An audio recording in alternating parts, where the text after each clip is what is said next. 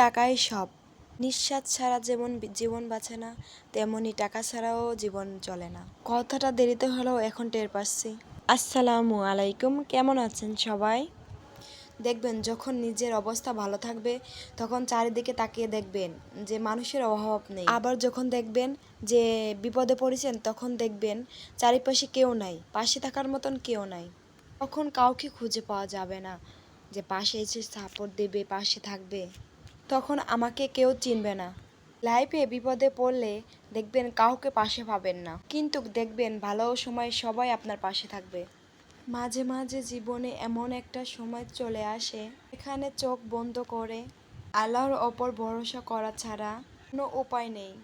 মানুষ বলে না, বিপদ যখন আসে চারিদিক থেকেই আসে। তো আমার জীবনে একটা ছোট্ট একটা গল্প বলি।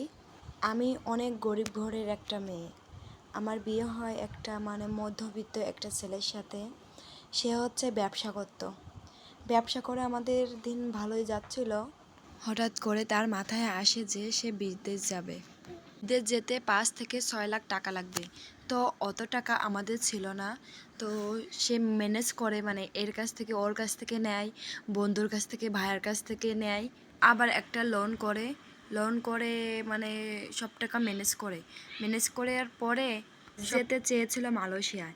এই জন্য সে কলিং পেপার যাবতীয় যা যা লাগে সব কিছু রেডি হয়েছিল। শুধু ভিসাও চলে এসেছিল, শুধু টিকিট কাটা বাকি ছিল।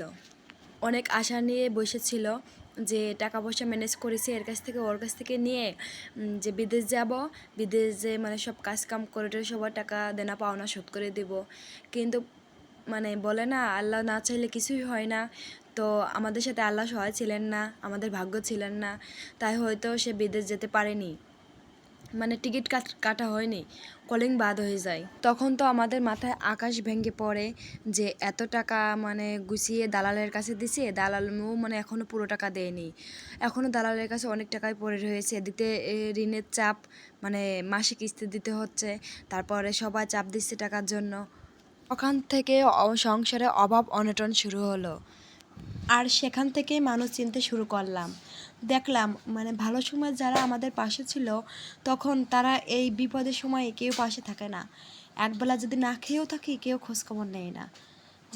জীবনে খারাপ সময় আসে নিজেকে বাস্তবতা শেখাতে, কারণ কে আপন কে পর তা খারাপ সময়ে চিনিয়ে দেয়। আর এখন এটা হাড়ে হাড়ে টের পাচ্ছি যে আপনার অবস্থান ভালো, মানুষ আপনাকে তুলা করে রাখবে। আর আপনার অবস্থান খারাপ হয়ে যাক, দেখবেন মানুষ আপনাকে চিনতেছে না, কাছের মানুষই চিনবে না। আপনি বিপদে পড়েন, দেখবেন বন্ধুও শত্রু হয়ে গেছে। আর বন্ধু শত্রু চিনে ফেলবেন, বলবে আমি কখনো শুনি নাই। তবে একটা কথা সবসময় ভেবে মনে সান্ত্বনা দিই যে আল্লাহ যখন যা করে মানুষের ভালোর জন্যই করে। নিশ্চয়ই সামনে আমার জীবনে এর থেকেও তো ভালো কিছু হতে পারে।